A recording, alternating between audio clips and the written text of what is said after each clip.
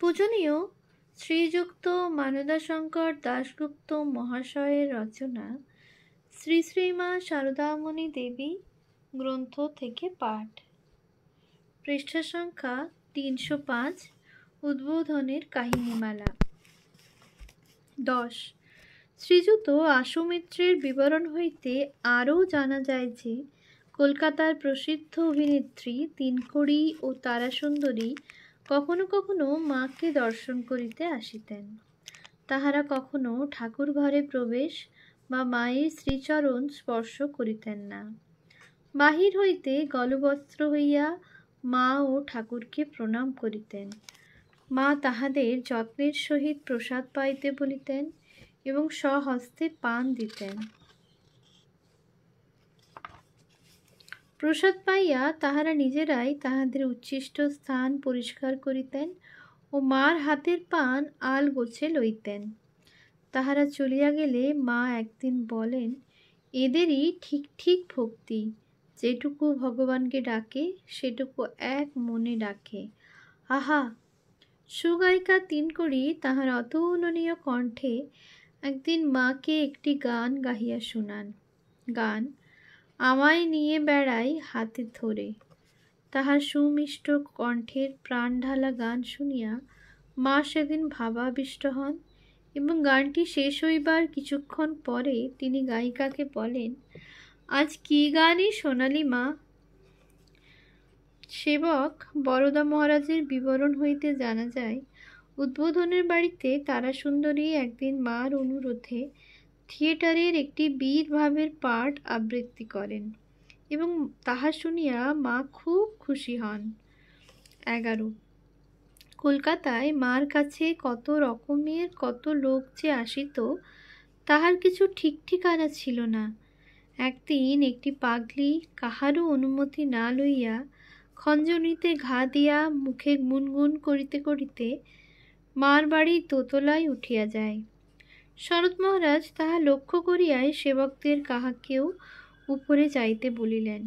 একজন গিয়া দেখেন মা পাগলিকে বলিতেছেন, এসো মা এসো, কিন্তু সে মাকে প্রণামও করিল না বা তাহার সহিত কোনো কথাও বলিল না। ঠাকুর ঘরের বাহিরে দাঁড়াইয়া শুধু গান গাহিতে লাগিল, কখনো দাঁড়াইয়া, কখনো নতজানু হইয়া, কখনো করজোড় করিয়া, কখনো বা হাত প্রসারিত করিয়া বিভোরভাবে চোখ বুজিয়া তাহার গান গাহিয়া যাইতে লাগিল। পাগলির বসন ছিন্ন, চুল রুক্ষ ও সর্বাঙ্গ অতি নোংরা, শুধু তাহার কণ্ঠস্বরটি অতি সুমিষ্ট। তাহার ছিন্ন বসন দেখিয়া মা তাহাকে একখানি কাপড় দিলেন, কিন্তু তাহা পড়িয়া রহিল। খাইতে বলিল, খাইল না। গান গাইতে গাইতে চলিয়া গেল। মা বলিলেন, জোর বৈরাগ্য, ও খাবে না, নেবে না, শরীর ত্যাগ করবে। 12। কলকাতায় মা কখনো কখনো গাড়ি করিয়া স্থানে স্থানে বেড়াইতে যাইতেন। কোনো কোনো ভক্তের অনুরোধে তাহাদের বাড়িতে গিয়াছেন, কিন্তু শ্রীযুত আশুমিত্র লিখিয়াছেন মা দক্ষিণেশ্বরে আদৌ যাইতে চাহিতেন না। তবুই কখনো কখনো কালীঘাটে গিয়াছেন। সেখানে একবার একটি অদ্ভুত ঘটনা ঘটে। কালীঘাটে কালী দর্শনের পর মা সকলের সহিত হাঁটিয়া নকুলেশ্বরের বাড়ি যাইতেছিলেন। পথের মধ্যে একটি গৈরিকধারিণী ভৈরবী ত্রিশূল হাতে তাহার পথ রোধ করিয়া দাঁড়াইল।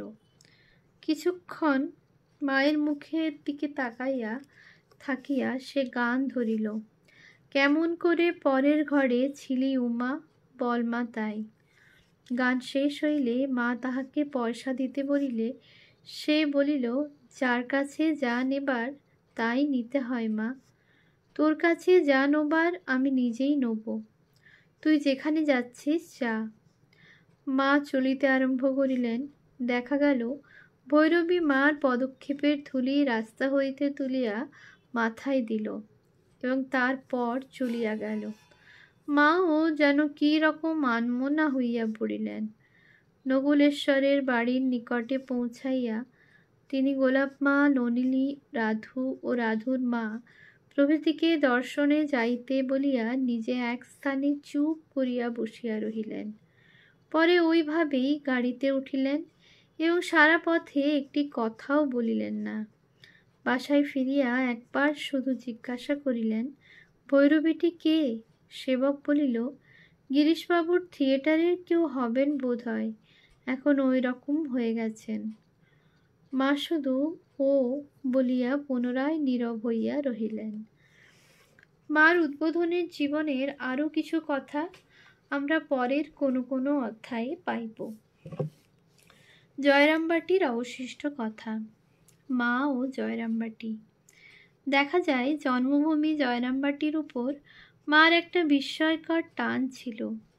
অতি অনুন্নত দরিদ্র গণ্ডগ্রাম, শহর আদি হইতে যাতায়াতের পক্ষে দুর্গম এবং ম্যালেরিয়া অধ্যুষিত, কিন্তু ইহার প্রতি ধূলিকণা ছিল মার কাছে অতি প্রিয় ও অতি পবিত্র, এবং তিনি কামারপুকুরের বধূ হইলেও এই জায়গায় করিয়া লইয়াছিলেন তাহার স্বস্থান।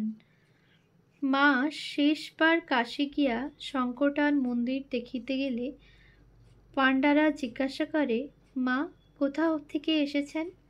মার সঙ্গে সাধুটি বলেন, এখান থেকেই এসেছেন, আবার কোত্থেকে আসবেন? ইহাতে মা তাহাকে বলেন, না না, বলো জয়রামবাটি থেকে এসেছেন। দেখা যায় মা স্থলে কামারপুকুর বা কলকাতার নাম উল্লেখ করিতে বলেন নাই। দেখা গিয়াছে এখান হইতে কলিকাতা যাইবার সময় তিনি তাহার ঘরের ভূমি স্পর্শ করিয়া বলিতেছেন, জননী জন্মভূমিশ্চ স্বর্গাদপি গরীয়সী। শুধু ইহাই নহে, এখানকার আকাশ বাতাস আলো পথ ঘাট মাঠ মানুষ সমাজ সংসার এই সব কিছুরই একটা দাবি বা প্রভাব তিনি মানিয়া লইয়াছিলেন। ইহাদের তিনি কখনো ভুলেন নাই এবং ইহাদের আকর্ষণেই তিনি কলকাতা হইতে ছুটিয়া ছুটিয়া জয়রামবাটি আসিয়াছেন।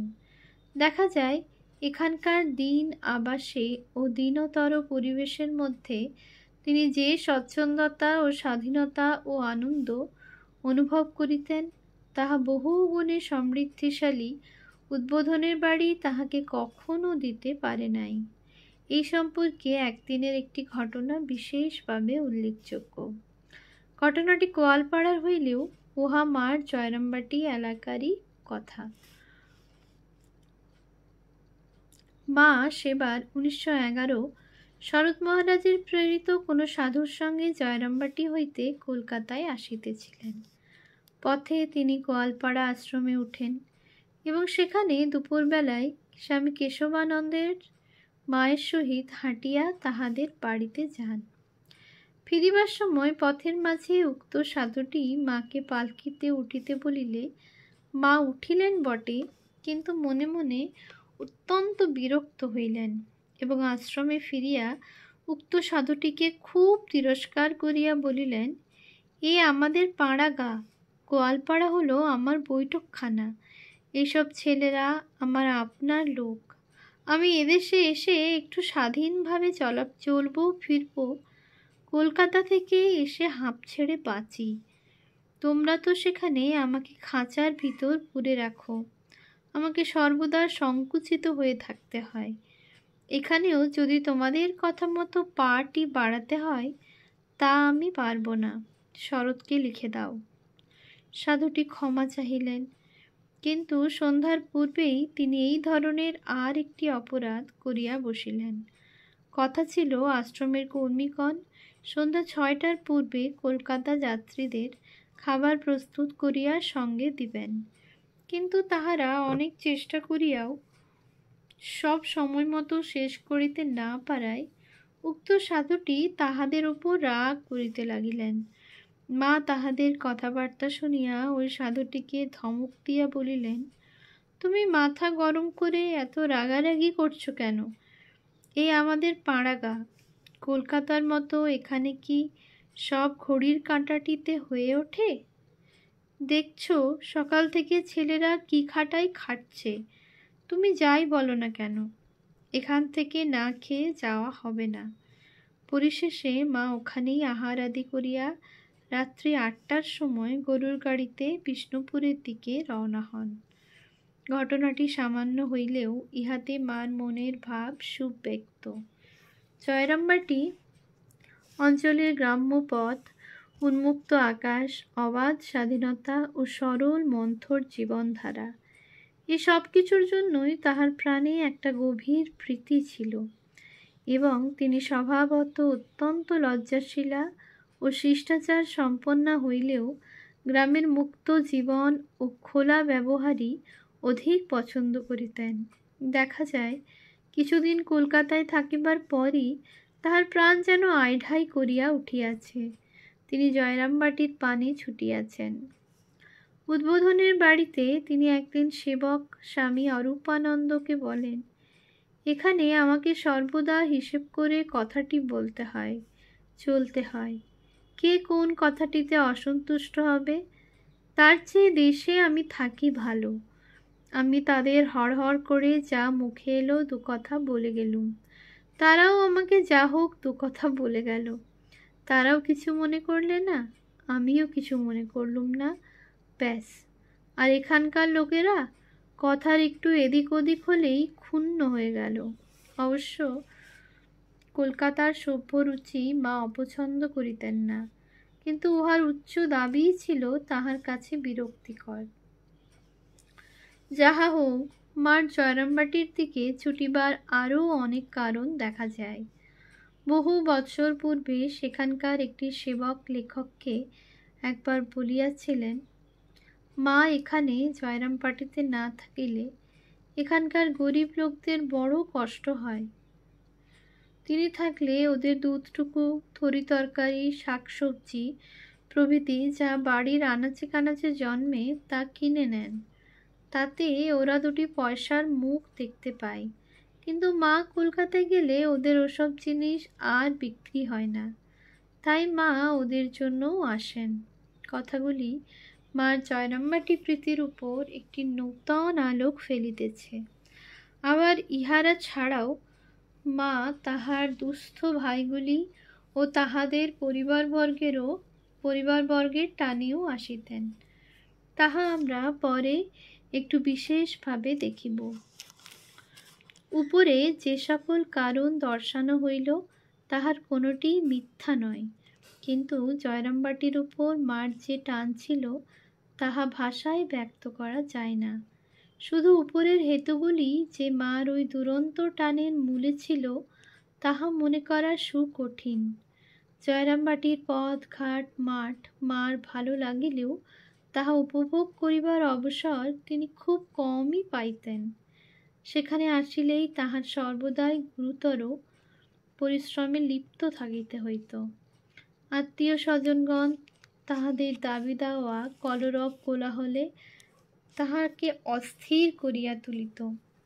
দূর দূরান্তর হইতে অবিরাম স্রোতে যে সকল ভক্ত আসিত তাহাকেই দেখিতে হইত।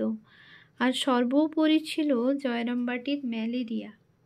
তাহাতে পুনঃ পুনঃ ভুগিয়া তিনি এক প্রকার একেবারে জীর্ণ শীর্ণ হইয়াছেন। কিন্তু উহার কিছুতেই জয়রামবাটির উপর তাহার টান কমে নাই, অথবা তিনি সেখানে আসা স্থগিত বা বন্ধ করেন নাই। পূর্বাপর একইভাবে যাওয়া আসা করিয়াছেন। এ বিষয়ে সেবক শ্রীযুত আশু মিত্র একটি অদ্ভুত কৌতুকপ্রদ তথ্য প্রকাশ করিয়াছেন। তোমার বুঝি কলকাতার সন্দেশ রসগোল্লা? এ বিষয়ে সেবক শ্রীযুত আশু মিত্র একটি অদ্ভুত কৌতুকপ্রদ তথ্য প্রকাশ করিয়াছেন। তিনি লিখিয়াছেন, কলকাতায় মা যেদিন পূজান্তে ঠাকুরকে সম্বোধন করিয়া বলিয়াছেন, তোমার বুঝি কলকাতার সন্দেশ রসগোল্লা ভালো লাগছে? জয়রামবাটির বড় পুকুরের জল আর তুলসী রোচে না বুঝি? সেই দিনই বোঝা যাইত যে মা জয়রামবাটি যাইবার জন্য প্রস্তুত হইয়াছেন এবং ভক্তদের শত অনুরোধ উপরোধও তাহাকে ইহা হইতে নিবৃত্ত করিতে পারিবে না। শোনা যায় ঠাকুর তাহাকে কোনো সময়ে নাকি বলিয়াছিলেন, এই জয়রামবাটি তোমার কাল হইবে। হইয়াছিল তাহাই। ওম শান্তি শান্তি শান্তি। হরিঃ ওম তৎসৎ। শ্রীরামকৃষ্ণার্পণমস্তু।